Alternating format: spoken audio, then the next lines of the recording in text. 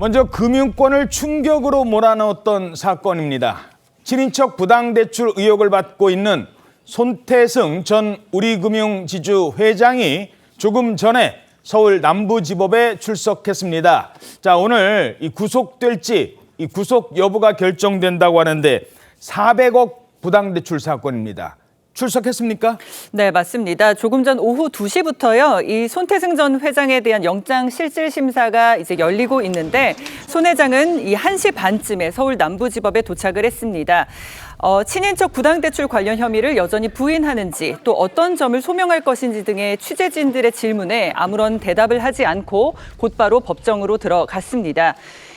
이제 검찰이 보고 있는 손 전 회장의 혐의는 배임 혐의인데요. 우리은행이 2020년 4월부터 올해 1월까지 손 전 회장의 친인척 관련 법인이나 개인 사업자에게 부당대출을 해줬고 검찰은 이러한 부당대출 과정에 손 전 회장의 지시가 있었던 것으로 보고 있습니다. 검찰은 손 전 회장이 혐의를 부인하자 증거인멸의 우려가 있다고 보고 구속영장을 청구했고요. 이 구속 여부는 이르면 오늘 저녁에 나올 것으로 보입니다.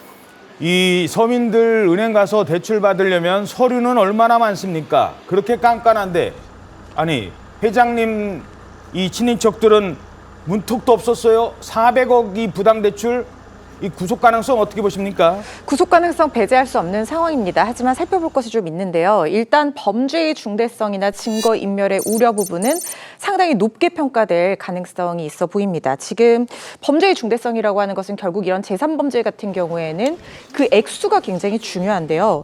손태승 전 회장에 의해서 이 친인척 관련 법인에 내준 이 대출이 지금 총 42번에 걸쳐서 이루어졌다고 검찰이 보고 있고 600원대에 이르는 대출 중에서 400억 원 상당, 그러니까 횟수로는 절반가량인 20번 정도를 부당대출로 지금 검찰이 보고 있는 상황입니다.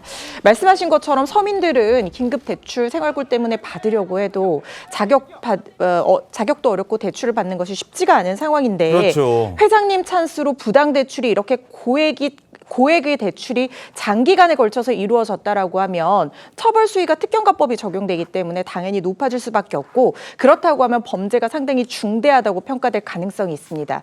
거기다가 임원이기 때문에 증거에 접근할 수 있는 권한도 상당히 폭넓게 부여되어 있을 것이기 때문에 불구속 상태에서 수사를 받게 되면 증거인멸의 우려가 높다라고 평가될 수 있고요.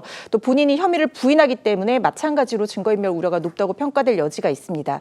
그렇지만 문제는 이렇게 부당대출을 해줬을 때 손 전 회장이 적어도 이런 것들이 손해를 날 것이라는 것을 자명하게 알고 이렇게 지시를 했다. 부당대출에 관여를 했다라는 정황이 어느 정도 소명이 돼야 됩니다.